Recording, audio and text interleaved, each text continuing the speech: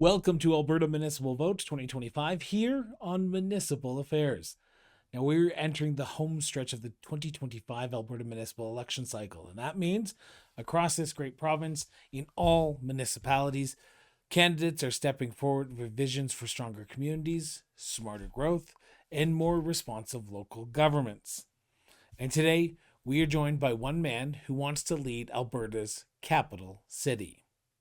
We are pleased to be sitting down and chatting with Rahim Jafer, candidate for mayor of the City of Edmonton. Rahim, thank you so much for sitting down with me and talking about yourself and talking about your run to be the City of Edmonton's next mayor. I was about to say Calgary. I've been doing a lot of these interviews over the weekend. But I want to start by getting to know about the man behind the person who's running.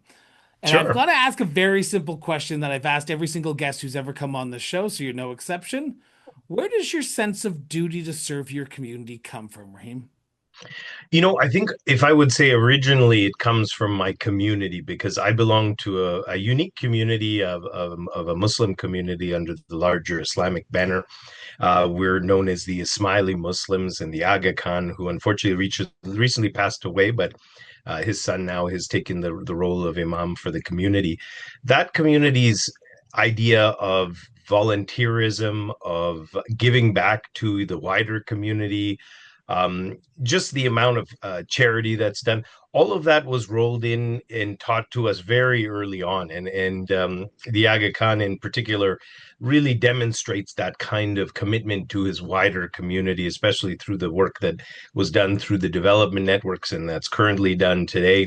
So that sense of community and commitment to giving back is something that I think is put all of us are grown up with it. So I think some of us take it to different levels, whether it's business, whether it's volunteer communities or organizations, and then some of us take it even into the formal life of politics. So I think that's the root of where that whole commitment to service comes from. Was mom and dad political?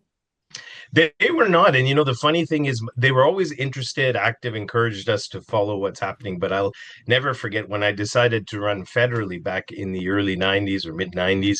My dad said, "What?" He was shocked. He said, "Politics, that's a dirty game." So I know that he was excited, but because I mean, we came to Canada as refugees from Uganda. I was only 9 months old when we arrived in Canada, and I joke with my parents they settled in Vancouver first, but then wanted the real Canadian experience. Vancouver wasn't cold enough, so we ended up in Edmonton. And growing up here, of course, Edmonton gave us some great opportunities for our family. And to think that after only 25 years of age, I was elected to federal parliament as, coming to Canada as a refugee, that really floored him and really, I think, solidified the fact that Canada was our home. And that, coming as from a tumultuous past when you have to leave in such weird circumstances, and there's a lot of Canadians in similar situations now. To have that kind of a country be so welcoming is just something amazing for him in particular. He just couldn't believe it. You mentioned your federal run, so most people will know you as the former member of parliament for, I believe it was called Edmonton Strathcona when you first got elected to when you left politics in 2015. But you're now running for the city of Edmonton's mayor. That is about a 10-year hiatus from politics. What made you want to come back now? Yeah, and even I think a little longer because I think formally I had left a little earlier from politics, so it's even been longer. So there has been a challenge in the sense that there's still a network or community out there who recognize me because luckily I was there in federal politics for nearly 12 years, but there's a big gap. So, of course, there's a whole bunch of other people, younger, some new people to the city, and others that wouldn't have a connection to me. So, it is a little bit of a challenge getting back in, but also connecting at the municipal level. Because I think one of the challenges we've always seen in municipal politics, especially for someone coming in from the outside, is that it's very difficult to beat incumbents because name recognition, they're in the community all the time.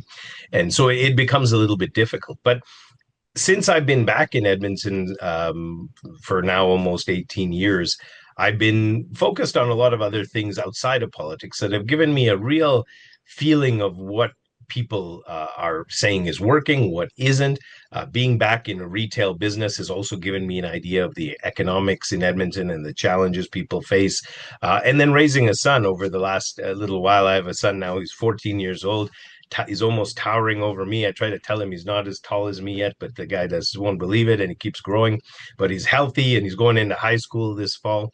And I think about all those things together and what this city was for me and my family when we came here in the late 70s, and how it's changed, and not changed necessarily for the better over the course of the last decade. So I remember my son was always listening to me complain and finally said, "Dad, why don't you do something about it?" And I said, "Darn, I wish you were older. I'd make you run, but of course that's not possible." So he said, "You got to do something." So that's when I thought, yeah, it's about giving back. You started the interview with about giving what wants you to give service. And I think I have something to offer given the experience I had federally, given my business experience, given my experience as a parent, and maybe that's something that could be useful in the way that our city has evolved and what it needs as leadership going forward. Do you feel that your federal experience sets you up for uh, a strong ability to work with Danielle Smith, Prime Minister Carney, because you know the inner workings. You've worked alongside people who are in the House of Commons, in the legislature when you were an MP and you were working with MLAs in Edmonton. Do you get a sense that that would give you a leg up compared to your other fellow candidates? Yeah, the quick answer to that, I believe so. And I believe that experience has really taught me a lot because I was fortunate to see the highs in federal politics in my own career and the lows. And so, having to deal with positive and negative, knowing the inner workings, as you say, understanding those relationships, but then also dealing with tough times where you got to then forge forward and dust yourself off and deal with the problems and not get phased by some of the things that can come at you. I think that training was invaluable, as difficult as it was. But I think that namely that relationship, and you hit on it. The one thing I've really recognized as a person doing business now in the city and watching that particular relationship here with the city of Edmonton and the provincial government, it's almost non-existent, which puts us in a very disadvantageous position when it comes to trying to achieve the goals that the city has to achieve. Because if you're only doing half solutions because you don't have your major partner there, you're only going to get half results. And in many cases, that's the case when we see the issue with the drug the dependency issue, the crime, a number of things that are really, you have to have a strong partnership with the federal, provincial government in particular. That's missing, and then hence, where I think we're not getting the solutions or the value for taxpayers that they would expect. So you mentioned the taxpayers, and I was just recently on your website reviewing before doing this interview, and you said you want to be more transparent and accountable with the taxpayer dollars.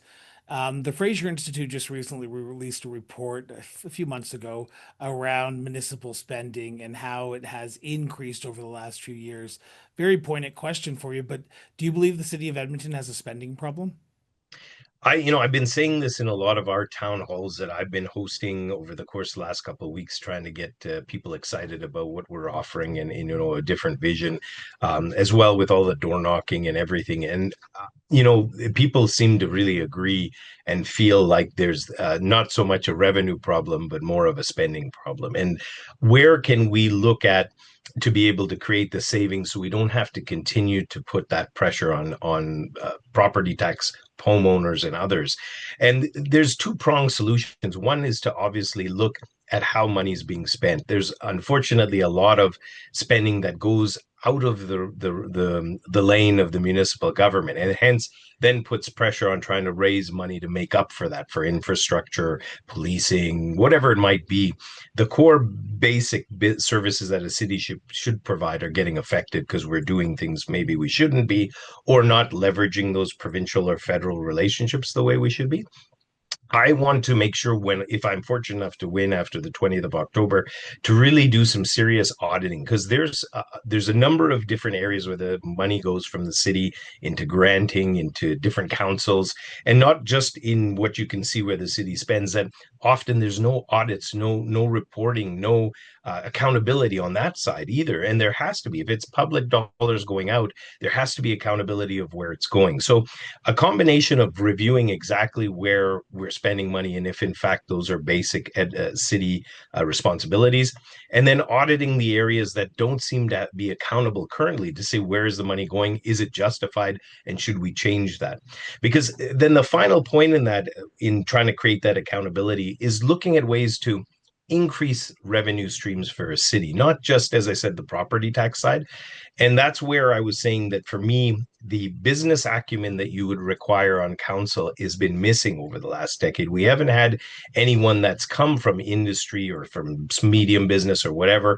And I think that lens, because if there is somebody who's a mayor, for instance, cheerleading the city, looking at opportunities to bring to the city, you offset that demand to continue to raise property taxes because now you're getting business revenue coming in that offsets the need to continue to raise the property taxes. So that's something that I know the industrial policy, the focus on creating economic opportunity in the city has completely been forgotten, and for lack of a better term. And so that's something I feel that if we bring back in focus, you're going to have the ability to reduce the burden for a lot of Canadians. And let's face it, a lot of Edmontonians in particular, affordability is one of the top issues I'm hearing on the doorsteps for sure. So a city has to be responsible and accountable and open up its books to show exactly how it's spending its money. So hopefully you can pass on some of that savings to the taxpayer.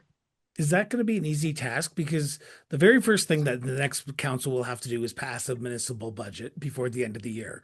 And last time I checked, to audit a $1 billion company, it could take some time. Are you optimistic that if the Edmontonians put their trust in you on October 20th, you can get that done before you pass any new budget in 2025, before the 2026 fiscal year starts? Yeah, I think it's a great question. It's not going to be easy. And that's why I joke and say some of the changes that are going to be needing to be made may make me a one-term mayor. But hey, I'm ready to do that because I feel it's for the long-term good for the city. So I think, as I mentioned, the in the short term, to be able to just see those core responsibilities. Are we funding them well? And where are we spending money that's out of the lane of the city government? That's where you can initially, I think, hold back and create the savings right away. You're correct, an audit will take a little bit of time, but luckily we have some great accounting firms in the city, and I look forward to contracting out to maybe two or three of them to help us attack the size of the scope of the city. And by doing that, then hopefully by the end of the year, before we pass the final budget, we'll have a really good idea of exactly where the money's going.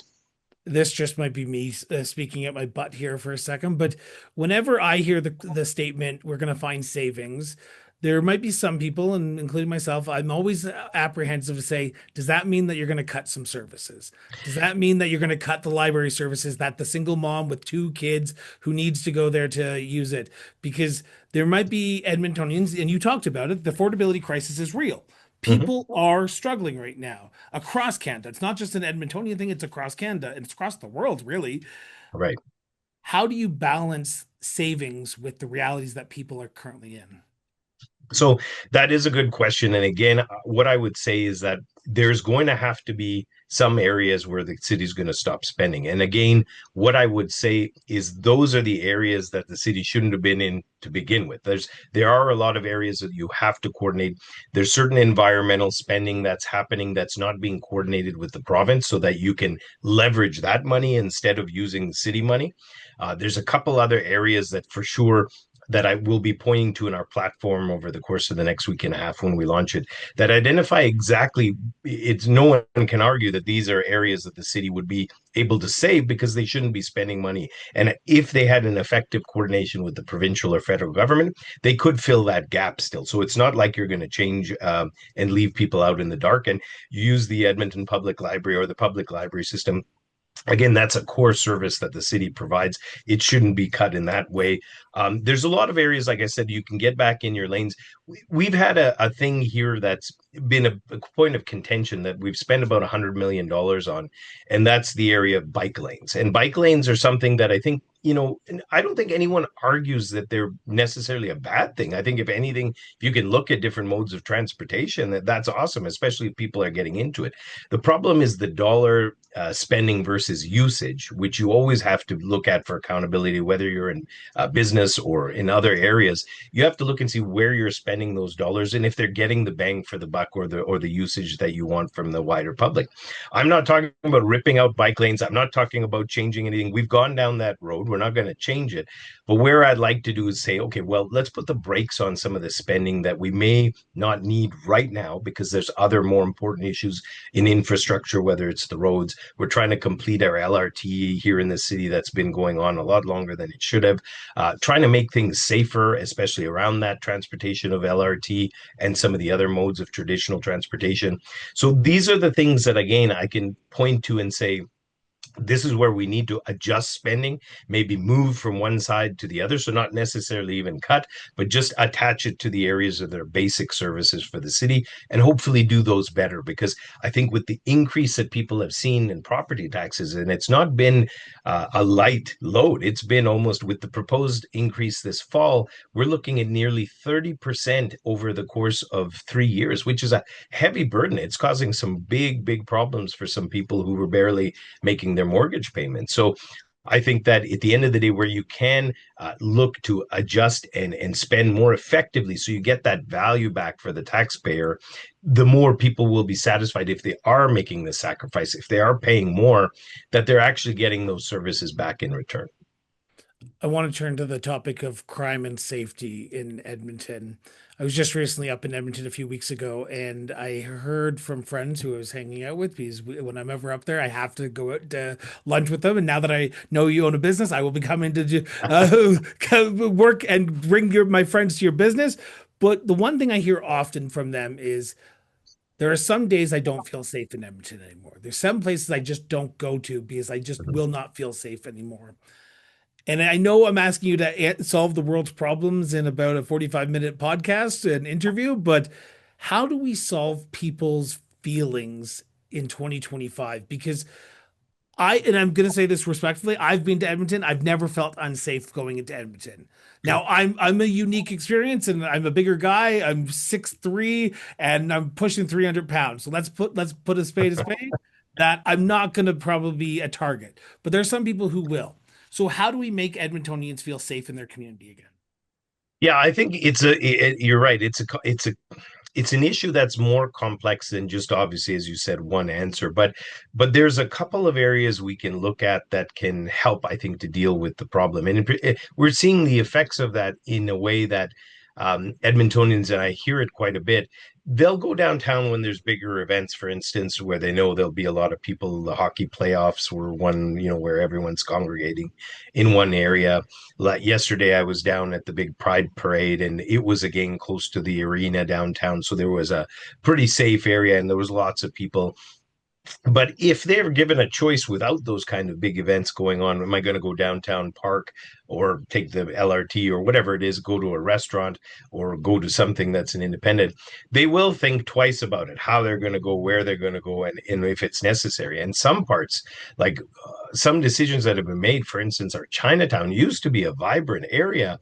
It's completely, you drive down there. I feel so sorry for those businesses. They're all, shutters and boarded up earlier in the day, even because they just feel like it's a war zone down there. So I think it's about properly, as I said, on the outside, coordinating effectively this issue with homelessness, dependency, and crime related to that.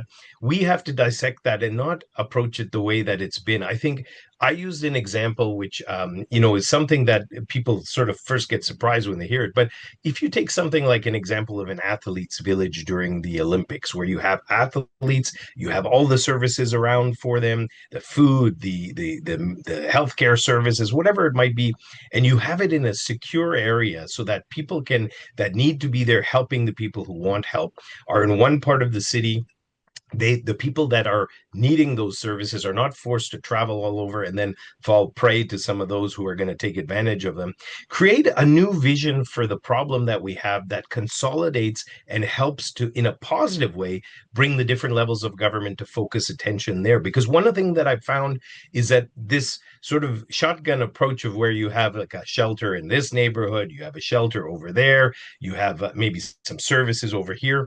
This causes a huge problem, not only for those neighborhoods to manage, but in particular, those people who need that shelter, need those services, are still not able to get them in one place. And before you know it, there's all this havoc because they're moving around, maybe reconnecting with the people that they shouldn't, maybe again being preyed on and not getting at the end of the day the help that they need. So I'm talking about trying to look at bold solutions that are out of the box that still don't won't cost as much as we're costing now. Because when you factor in some of this scattered approach with services for the homelessness, and then because it's not working, the police, the EMS, the other costs that are just skyrocketing because we're not managing it effectively.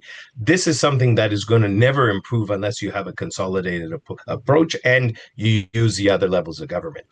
But alongside that, there are people who may not be caught in that cycle of poverty or other challenges that are taking advantage. And we see this here, for instance, on the avenue where I do business. It's a old, lively part of town as well, old Strathcona. The amount of property damage businesses are facing, the amount of issues with homelessness in front of their businesses, drugs, these sort of things are, again, if you can do a two-pronged approach where you have to hold certain people who are perpetuating crimes, hold them accountable so that there is some level of realization that they can't get away with this type of normal type of attitude towards crime, and you support the police. I know that there's been some concern about defunding the police and so on. So I still haven't seen an option that may be better than a police system. And look, their challenges over the last decade have really changed. So you do need to almost again leverage that provincial support to be able to say, okay, policing needs to have now some of that social assistance, not just the enforcement side. So that has to happen again with the provincial side at the table. When you don't have any of this coordination, here's the result. It's just chaos. It's just not working effectively. So that sort of jumps around a little bit on some of the ways that I would try to solve the problem, because most people will say that they feel that they don't feel safe as a result of some of these things not working, and B, again, they just don't see the current solutions as being effective in trying to solve a lot of these problems. While we talk about the crime that is the sort of the macro crime, the one area that I want to talk about a little bit is the LRT crime. People Right. don't feel safe going on the transit anymore. And again, not an Edmontonian issue, so don't send me emails saying that I'm bashing Edmonton's the LRT. But Calgary has the exact same issue as well. Is it more by law enforcement officers, mental health and addiction officers, police officers on the LRT to make people feel safe again? Or how do we get people back on the transit system? Because last time I checked, you put a pretty penny into that LRT system that people aren't using because they just won't feel safe. So how do we get people to ride again when we have so many challenges around crime on them? Well, and you're not wrong. I have as of course, my restaurant here. I have a single mother. She's been with me for about 3 years, which is, I've been very fortunate. This industry, it's tough to find people that stay that long. So, but she comes from east of the city down the avenue and then comes to work. And she tells me almost every day how it's just so painful because she gets on the bus, she's paid for her ticket or pass, and then she's just waiting for something crazy to happen because without fail, someone will get on the bus that maybe shouldn't be on the bus and then creates challenges or, altercation or whatever. And that's a common occurrence. And unfortunately, this behavior, we've allowed it to become normalized when it shouldn't be. And hence that ridership just declines because people don't want to deal with that stuff, and nor should they be forced to deal with it. So I know that you're right. People are frustrated. We've spent a lot on the LRT and it still hasn't been completed. It's been behind schedule. There's been issues with contracts. Those are things that I also want to fix because I feel like the contracting side of the city has been not as effective as it could be.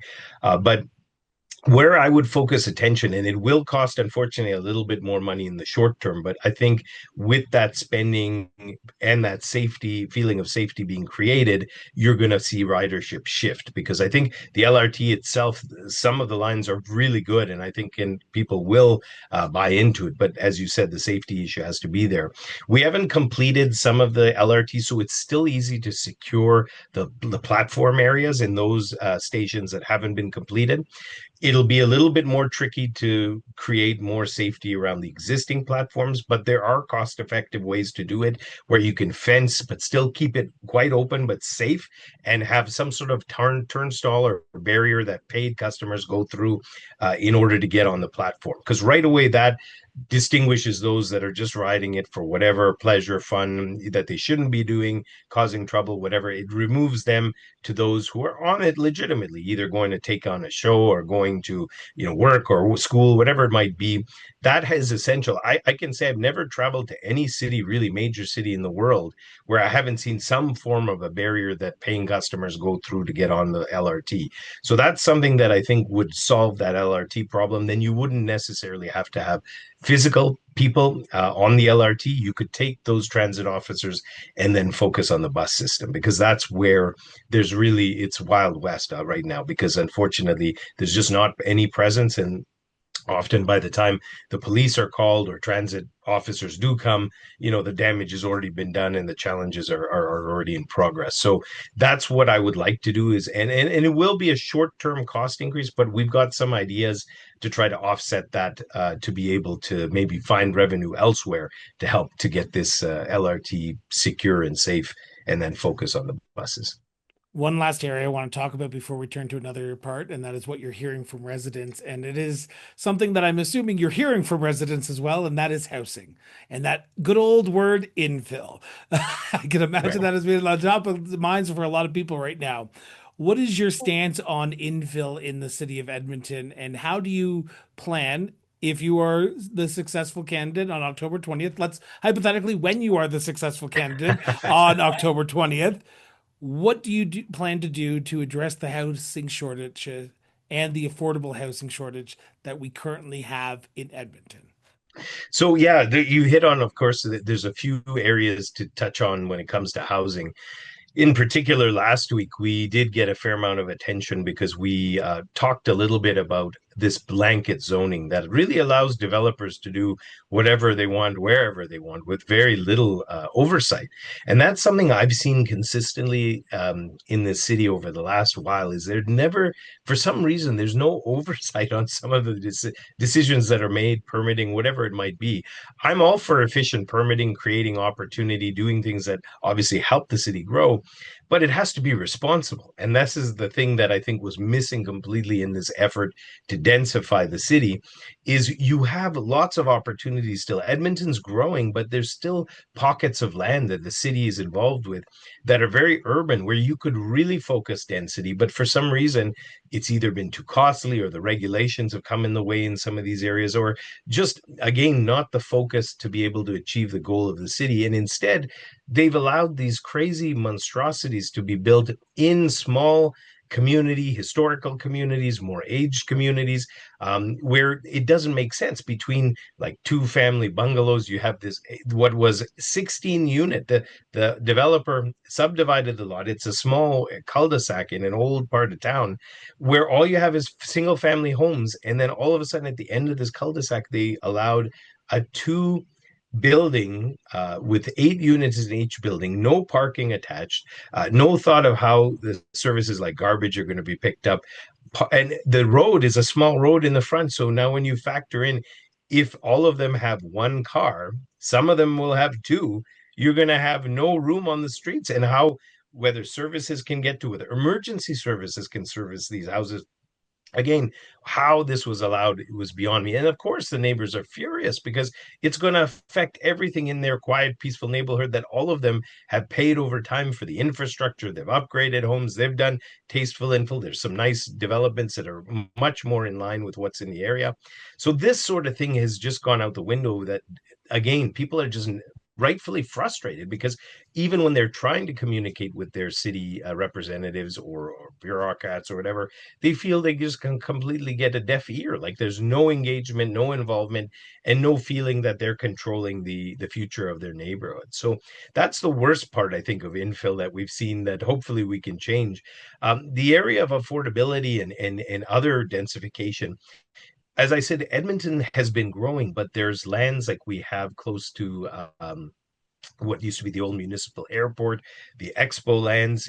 There's other areas too, not too far from the university, where those lands are up for question. And if there was leadership to be able to say, look, how can we leverage developers to focus on low affordable housing? Maybe we can put some benefits in place so that say, look, we're going to keep your property taxes frozen at a certain level as long as you guarantee rents stay within a certain amount for the next decade or whatever it might be. There's ways there's been affordable housing created, but you have to create the incentive right now because the market's all over the place. So if you don't be able to do it, like even that densification project that I talked about that was a disaster in this neighborhood, that's a expensive neighborhood. So are they going to create affordable housing? Probably not. Those units aren't going to be very cheap, and yet so you're not achieving the goal to be able to create more housing for more people. It's more high-end housing. So again, you have to be creative and look at ways to see where the city's failed in developing certain things and say, okay, maybe we need to change our focus, look at ways to leverage. There are some great developers who will partner up with you to create that affordable housing, but you have to put those incentives in place, and then hopefully you can achieve some of that with the growth of natural housing that's going on anyway. Which is understandable, but I want to harken back to something that you said at the beginning of the interview about staying in your lane. Now, Right. Minister Dan Williams, Minister of Municipal Affairs, recently said municipalities need to stay in their lane and not go into provincial or federal jurisdictions, which is understandable. I would agree with him. I would completely agree with him. Housing is not a municipal issue, though, but Right. the infrastructure is. And this is the big thing that I think when we talk about affordability as well, people can't afford to live in cities right now. People can't afford their groceries right now. And the growth that we're seeing is coming at the backs of the people that are currently there because we need wastewater treatment facilities, lagoons, lift stations, all these infrastructure projects that are, I'm going to say this, not sexy, but things that you need to have because if they go down, people will know. Mhm. How do you plan to address the growth of your city, but not doing it on the backs of the people that are there? Because while growth is happening and it's happening at an exponential rate, people are struggling and we can't continue on this path because I don't want to see people struggling even more in 10 years when we're having this conversation all over again. So yeah, I think you're right in the sense that, and I did also say that in the beginning, that where you have to leverage those other relationships effectively. That's something that by all means has to happen. So the city can present to the premier's office, the minister, provincial minister, and even the federal ministers, the idea of where they want to go. And if they're engaged, they can coordinate effectively to see how that vision could be implemented. It may not be exactly like the city wants it, but with the proper relationship, the give and take can develop those kinds of things in a way that's cooperative, right? And then, like I said, at the end of the day, the taxpayer is the same: federal, provincial, provincial, and municipal. There's only one taxpayer. So if you can create that value for them to be able to leverage those relationships effectively, some of the lands that I mentioned to you, they are open, they're available, and there's even some provincial buildings that are sitting completely empty, very urban areas, that if again the city was engaged, and from what I understand the mayor has never met with the premier, and when they did it wasn't very friendly. So at the end, how do you get on the same page to even put forward visions that then we can talk about? This has to happen, and I think by and large, if you fix those relationships, you'll be able to attach some interesting and creative ideas for housing that may not be available just to the city alone. So that's something that I think I can do effectively, and I believe there's the appetite to do it as long as we can get on the same page. I think one of the things, like I said, essential is for the city to focus on its own priorities, get those right, and then look at ways to leverage those other areas with the proper partners from federal, provincial, and create some creative things. I mean, there are some things, like I said, creative things that the city still can do on its own with property taxes outside of whatever may or may not be able to develop with the feds or the provincial government. But that in itself too can spark some initiative for housing that I think people would welcome. Part of that has to be the infrastructure component, though, because as I mentioned, with those unfortunate developments that have created havoc in those smaller and older communities, I don't think much of that infrastructure has been addressed. So again, these communities are going to have huge problems as a result of this unusual development that came out of nowhere. So again, these are things we'll have to really focus on because I know it's going to become a bigger disaster in the future unless we address them right now. Now, we are recording this at the end of August 2025, and nomination day is on September 22nd. But as of recording this, unless something changes between now and that date, you are running as an independent. There are Right. political parties here in Edmonton and Calgary that you can run as a party or a slate of candidates, but you've decided to run as an independent. How does that make you a better mayor running as an independent? Well, I think most municipal politics, I was always excited, even though I had been with a party and I had to deal with the party system when you disagree and you still have to follow what the party says. So I've had that experience and I've always believed that if you have strong leadership at the municipal level, you that's in the best interest of everybody because it shouldn't matter what political jersey you're wearing when it comes to filling potholes or to addressing issues of crime or whatever it might be that we have to work as a community and as such we have different political views in the community so there doesn't need to be I believe a political affiliation at the municipal level. Of course this is the first time that that's going to be tested and we'll see how the result is, but already I found that in some of these political parties that are loosely organized there is certain alliances that can be made based on issues and based on vision. So who knows? We might see as the next few weeks unfold some shift there with maybe some parties endorsing certain other candidates or vice versa, or some deciding they don't want to be with who they're with, which is a reality of politics, right? And that's the party system that can be tricky at times. So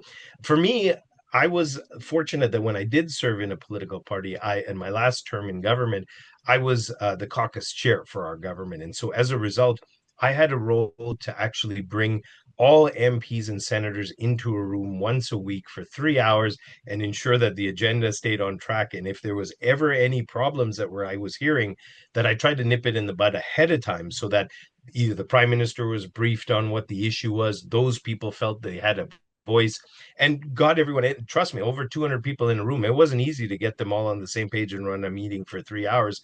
I was fortunately quite successful at it. So when I think about managing 12 characters on a city council, no matter what their backgrounds are, it sounds like a piece of cake to me because it's about building those relationships. It's about coordinating with those people, getting on the same page. We have more in common at the city level of things we need to address and want to fix than we have differences. And then where there are clear differences, whether what somebody wants from their ward over here or over there, that's where the horse trading, that's where the development of how we can attack that maybe at a later date. But I believe that I have the ability to bring those people together because the current city council was so acrimonious. They weren't even getting anything done. It was quite embarrassing actually for most people watching it. So I'm hoping to bring that level of respect, that ability to work together regardless of some tense situations and bring people on the same page so we can move forward and hopefully deal with the challenges as they come up. But that leadership and respect and relationship building is very important in this type of business. One of the things the next mayor will have to do, and any mayor and any good counselor should be doing right now, is balancing the macro issues with the micro issues. And now we talked about four very big macro issues: affordability, transparency, crime, and housing.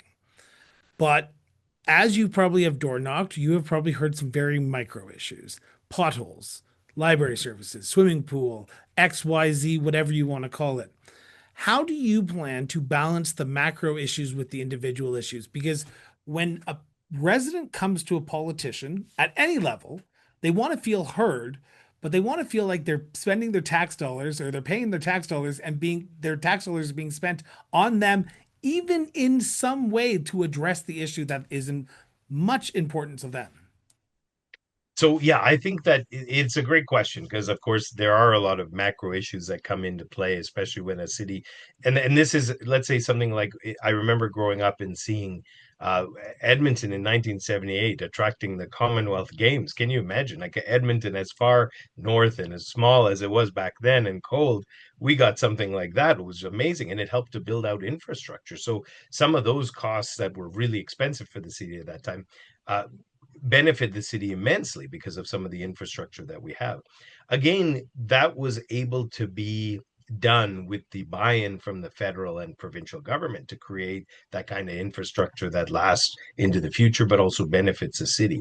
So on the macro stuff, I can't stress enough, and I know I've said it a couple times, but that ability to be able to work effectively with the other levels of government is crucial in order to getting some of these bigger picture things addressed in a city where, like I said, there's been really no coordination that I've seen effectively over the course of, I would argue, the last decade.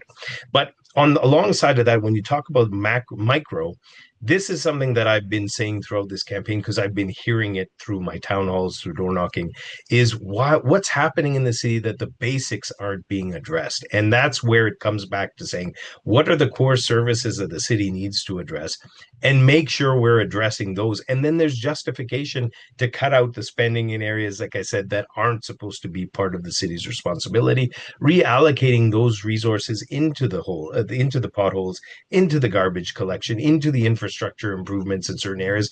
And one thing that I've heard loud and clear from everyone, especially not only just in the summer, but in the way that the city manages these infrastructure projects. You can't drive anywhere in the city without hitting some sort of congestion. Like there's no thought to say, okay, well, if we're blocking this major artery, we got to ensure that this other one stays open so the city's moving, right? Otherwise, you just have the problem that's happening. Someone told me downtown, he lives 7 minutes from downtown. He usually rides his bike. I think it was a cold day he drove. For him to get back home because of all the different blockages, it took him 25 minutes because he had to come all the way to the south side and then back around all this congestion. So the planning as well of that, when a city needs to keep moving and you want people to move and travel and support everything, whether it's business, school, their jobs, you have to make sure that the planning around that goes effectively. And I can tell you, we're all everywhere in Canada. You're used to construction in the summer. That's when it happens. But still, just the mega projects that are happening without any thought of where they're happening and coordinating them effectively, that's another thing that I know Edmontonians are furious with. So these sort of things, getting back to common sense of how a city should be managed, using the experience I have federally, but also through running a business, I think will be very valuable. And getting back to sort of the basics is I think a message that's resonating with a lot of people. So we're at the 40-minute mark, and I have about four questions left. And I apologize if we go a little bit longer. And I know I asked you beforehand, and you're okay with it. But I want to talk about that business experience that you have because you're connected to the business community probably more than a few other candidates. And I'm not saying that disrespectfully, but you're a business owner. You talk to business owners on a regular basis. What do you hope to bring to the mayor's chair if you're elected or when you're elected to help businesses out in the city of Edmonton? I think one thing that we've seemed to have forgotten is the role of a city to create an environment for businesses to succeed. Entrepreneurs are entrepreneurs for a reason. They're innovative, they see opportunities, they create.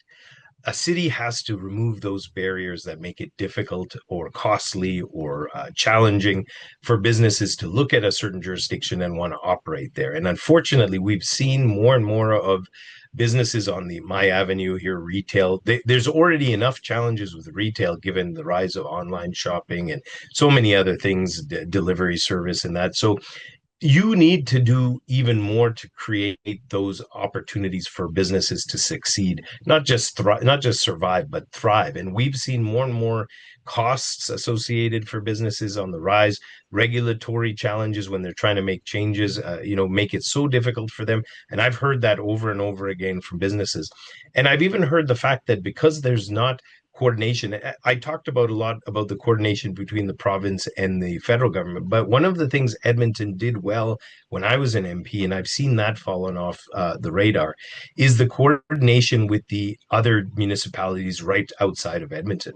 We've done such a poor job in saying, how can we get on the same page so that we're not fighting amongst each other for business, but helping the whole region grow? We've had businesses that have purposely shut down in Edmonton and moved to Stony Plain or Sherwood Park or out in Leduc by the airport. And that's because those municipalities are working so hard to say, hey, come over here. We're not going to charge you any tax. Just file a business license, which you'll collect at the end of the day, and you're ready to go. And like there's such a different mindset. Yet again, a lot of the infrastructure Edmonton has is used by all these municipalities, and we're not coordinating effectively to not penalize them for that. But again, how can we take advantage of all of us benefiting? So that's something that I think maybe the business mind coming into council or to the mayor's shop being more like a cheerleader. I always point back to one of our former mayors, Bill Smith. You know, everyone sort of made fun of Bill, but he did such a great job of promoting this city and attracting stuff and just doing the basics for what a mayor should do in light of trying to attract business really well. And we've sort of fallen off that type of spirit for a long time. But I believe in Edmontonians. And like I said, on being in a retail business myself, having commercial property, I see that there's such an appetite, there's such a talent, there's such a base of innovation that we have here, but we haven't been fostering it to succeed. And so that's the area that I think, in talking to a lot of the business people, they're frustrated because they're trying to keep their employees hired, pay all their obligations, their suppliers. And it's tough at the end of the day. There's very little left for them. And then they ask themselves, well, why am I doing this if there's no benefit? So we have to reverse that and create that environment for success once again. Engagement, consultation will be a key priority for any mayor, reeve, councillor who's elected across Alberta. Now, we all have our own moral compass that we have held true to ourselves. We know what is right and what is wrong, what is good, what is bad. But as mayor, as politicians, you have to balance your moral compass with the realities of what people want in your community. Who wins when you have to raise your hand to vote as mayor? Will it always be what you believe is right, or will it always be what the people want? That's an excellent question. And I think it is always a challenge for elected officials at whatever level to be able to find that balance. Of course, I had to do that federally at times when I was at odds with our party, as I mentioned, and you had to sort of try to represent your constituents, and sometimes that didn't win. I think there's two ways that I would try to deal with this. First of all, is to be as close in touch with people so you really get the reality of what the challenges and issues are. I think what tends to happen, even though many of the councillors and the mayor say they're connected to everything, there seems to be a huge disconnect. And I find that the only way that I used to be able to bridge that gap when I was elected was when I would have town halls 3 or 4 times a year. And trust me, they weren't easy. You're walking into a room where some people are going to be pleased, but a lot of them might not be. And you're going to get some bruises. You're going to get some, tough questions. But I found that brought the temperature down with a lot of people. Just the fact that if they were concerned, they had an outlet and they felt like someone was listening to them. I may not be able to always get my way in the sense of when I hear them, but as long as they got their say, it made a huge, huge difference. And sometimes I could act on certain things. I feel municipally, there's no difference there. And we've got such a beautiful city hall downtown. I've never seen a town hall in there I remember years ago when that used to happen. But that sort of public engagement, I would invite the other councillors who are inclined to join me, and we'd open up and have 2 or 3, or at least maybe even 4 during the year, different quarters. Fill that place up, get people talking, get people exchanging ideas. I feel that just by doing that, you have a huge positive impact on the public being engaged. Whether, like I said, you can achieve everything they're asking for, that's fine, but at least you have a connection to people. So that's where then the fine line would come on certain issues, where if you have that clear indication of what people want, it makes it a little easier to vote in either direction just because you have a good pulse. There's sometimes where there's bigger issues sometimes that are going to make people upset, and that's always the trick, is that if you can justify, and again, it's about communication, justifying those things and saying, look, this is why we're making the decision. We're not doing it behind closed doors. We want to show you why we think this is important. And there's still going to be people who are going to be upset. But the fact that you've actually taken the time to communicate it, if it's really that far out of touch, well, you'll find out in the next election. But hopefully, you're if you are doing those things that I say by keeping engaged, it becomes a lot easier through that communication to share why you're doing certain things. This infill stuff was a perfect example of no understanding why, even though they went through this process of public engagement. Anyone that went there was so frustrated. There was no way to be able to communicate. The councillors, a lot of them weren't even paying attention. They were doing their own stuff. And then they shut it down as quick as possible and just went forward with what they were doing to begin with. So it, again, that kind of consultation, people get really furious about. If you take the time to really engage and then you explain why you're doing something different and it makes some sense, it's a lot easier than what they're doing now. We have talked about a lot of things over the last almost 50 minutes now. And I guarantee you, I will get at least one or two emails saying, why didn't you ask him about this question? Why didn't you Sure. ask him about that question? You're an open guy. It seems like you like to talk, and it seems like you like to answer questions and you want to engage with people. How can people reach out? How can people learn more about your campaign? How can people get involved? How can people ask you a question that is making their life a living heck to make up their mind on who they're going to be voting for? How can they do that? Well, I've been fortunate that over the course of this beginning of the campaign, especially because summertime has been tough. We launched our campaign the end of June, and I was really surprised how many people were excited. But they said, "Oh yeah, talk to me at the end of August. I'm going on holiday." So that was a little bit of a miscalculation on my part. Just how many people are just not tuned in. I mean, they're following things, but they're just summer is busy. They're doing stuff with their families, whatever it might be. So we've been fortunate. I held a number of virtual as well as in-person town halls, and remarkably got some really good out people who attended in many of them, not all of them, because again, lots of stuff happening. But we've always been available. I'm lucky I still have a retail business, so people do come into my restaurant, and at least they're happier because I'm serving them some good food and good coffee, so they're at least not as angry and they want to talk. But I encourage them to get in touch with me at votejaffer.ca. That's our website. You can sign on to be able to volunteer, make a donation, sign up for a lawn sign. I believe after this long weekend coming up that things will really kick into high gear, and we have an office, that campaign office, right next door to my restaurant here on White Avenue. So it's going to be, I think, a hub of activity, not only at the restaurant but at the office. But yeah, I'd encourage them to reach out to me. Many people have my phone number. I get calls now from all over just asking me questions. Get a hold of my campaign team through our website. And yeah, we this elections at all levels are all about participation. And we've seen, unfortunately, that decline over the years. There's some elections, of course, there's issues like the last federal one where people come out in record numbers because something is important to them. I have a feeling that this election municipally here in Edmonton is going to be very similar because there's some interesting competition in all levels, whether it's council or mayor, and some really different visions of what we see the city wanting to be. So I have a feeling that just again, the level of frustration or concern or interest in municipal issues is maybe at a level I haven't seen it at for a long time. So we might see some interesting surprises. So if those who want change or want certain things, I encourage them to get involved and find out who their candidates are, what they're talking about, and hopefully, if they find what we're offering something of value, please take the time to give us a call or get involved. And as I said, the votejaffer.ca is the best way to try to get all the information on our side. The link to Mr. Jaffer's social media and website will be in the show notes below. So check that out. If you're watching this on TV, head over to the Cross Border Interviews website and you can check that out on the Edmonton Votes 2025 mayoral candidate Rahim Jaffers. And then my final question for you before I let you go, and this is the $1 million one, so take as long as you want or as little time as you need. But why should people put their trust in you on October 20th to be the next mayor of the city of Edmonton? I think that's a great question. And I think I've touched on it a lot during the interview, but I believe I bring the, excuse me, experience, integrity, and hard knocks that's required to be able to take on the role of a sitting mayor, but in particular to understand the nuances of how to promote a city effectively and how to work with the different levels of government to achieve those goals.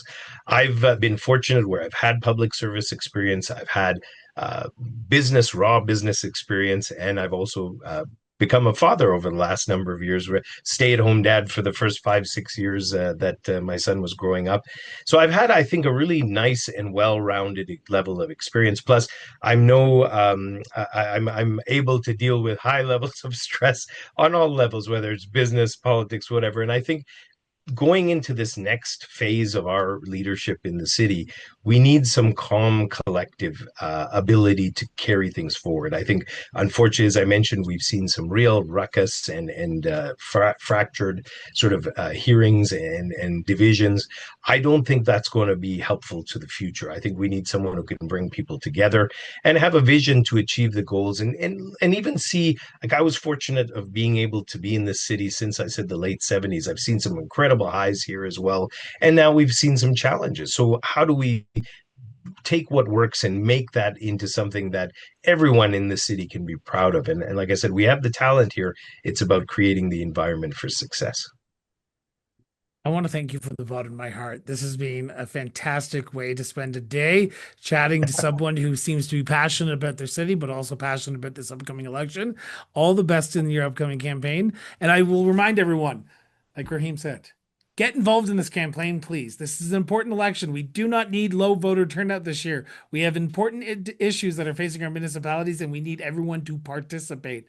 So thank you so much for doing this. Always a pleasure. And when I'm up in Edmonton next, I'm going to grab a coffee, and I need to grab a sign from you. So thank you so much. That's excellent. And one of our real popular features are a mimosa. So I can buy you a mimosa if you like. Thank you so much for tuning in for another episode of Alberta Municipal Votes 2025 here on Municipal Affairs. Now, we hope you've enjoyed today's conversation and gained some valuable insights into the world of municipal politics and this important upcoming election in the province of Alberta. Now, editorial note time. If you are a candidate running for a municipal election in any of the 343 municipalities across this great province, reach out to us. We'd love to have you on the show to talk about yourself and your campaign to be the next councillor, mayor, reeve in your community. So, if you haven't already, be sure to subscribe to the show on your favorite podcast platforms and on YouTube to never miss an upcoming episode. Until next time, stay informed, stay engaged, and we will be back with a brand new episode of Alberta Municipal Votes 2025 here on Municipal Affairs shortly.